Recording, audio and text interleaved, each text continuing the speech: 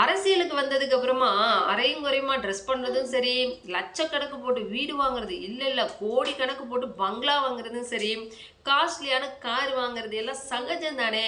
இருந்தாலும் அமைச்சர் கீர்த்தனா அரைகுறை ஆடையுடன் அமைச்சர் கீர்த்தனா 4 கோடியில வீடு வாங்கியிருக்காங்க அப்படின்ற ஒரு வீடியோ வந்துட்டு சமூக வலைதள பக்கங்கள்ல பேசும் பொருளா மாறி இருக்குங்க.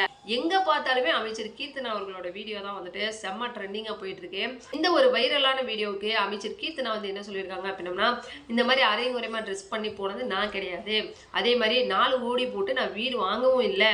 அப்படி யாராவது ப்ரூஃபோட கொண்டு வந்து பத்திரத்தை கொடுத்துட்டீங்க அப்படின்னா அவங்களுக்கே வந்து இந்த வீட்டை கிஃப்டா கொடுக்குறேன் அப்படின்னு சொல்லி பதிலடி கொடுத்துருக்காங்க. ஆனா அமைச்சர் கீர்த்தனா அவர்கள் வந்து என்ன சொல்றாங்க அப்படின்னா, மக்களுக்காக வந்துட்டு நாங்க நிறைய சேவை பண்ணணும்ன்ற எண்ணத்துல நாங்க பண்ணிட்டு இருக்கோம். ஆனா எங்களை வந்து சேவை பண்ண விடாம தடுக்கிறாங்க. என் மேல வந்துட்டு டெய்லி ஒரு விஷயத்த சொல்லி சொல்லி அவதூறு பரப்புறாங்க. ஏன் பொண்ணுங்க வந்து இங்கிலீஷ்ல பேசக்கூடாதா, அரசியலுக்கு வரக்கூடாதா, கோட் ஷூட் போடக்கூடாதா, அதே மாதிரி டான்ஸ் ஆடக்கூடாதா, டான்ஸ் ஆடின ஒரு வீடியோவை கூட எடுத்து தொழில்துறை அமைச்சர் தொழில் எல்லாத்தையுமே ஆந்திரா பக்கம் கடத்திட்டாங்க அப்படின்ற மாதிரி எல்லாம் வந்துட்டு என் மேல அவதூறு பரப்புறாங்க. சோ நாங்க வந்து ஆட்சிக்கு வந்தது எதிர்கட்சிகளுக்கு வந்துட்டு பிடிக்கல. அதனாலதான் வந்து என் மேல இப்படி ஒரு அவதூறு பரப்பி இவங்களை வந்துட்டு எப்படியாவது காலி பண்ண வச்சிடணும் அப்படின்ற ஒரு முடிவுல வந்து என்னைய வந்து தப்பு தப்பா வீடியோவை வந்து பதிவிட்டு இருக்காங்க.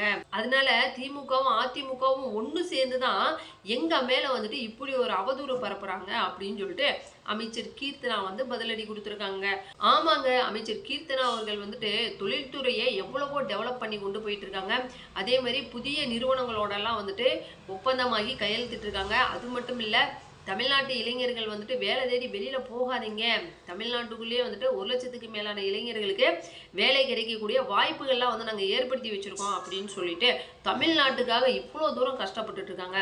அவங்கள போய் நீங்க ட்ரெஸ் போட்டது குத்தம், வீடு வாங்கினது குத்தம், அப்படி இருக்கிறப்ப தமிழ்நாட்டு மக்களுக்கும் சரி இளைஞர்களுக்கும் சரி தொழில்துறையில வந்துட்டு எவ்வளவோ வாய்ப்புகளை ஏற்படுத்தி கொடுத்துட்டு இருக்கிற ஒரு தொழில்துறை அமைச்சரை பார்த்து இந்த மாதிரி பேசுறீங்களே.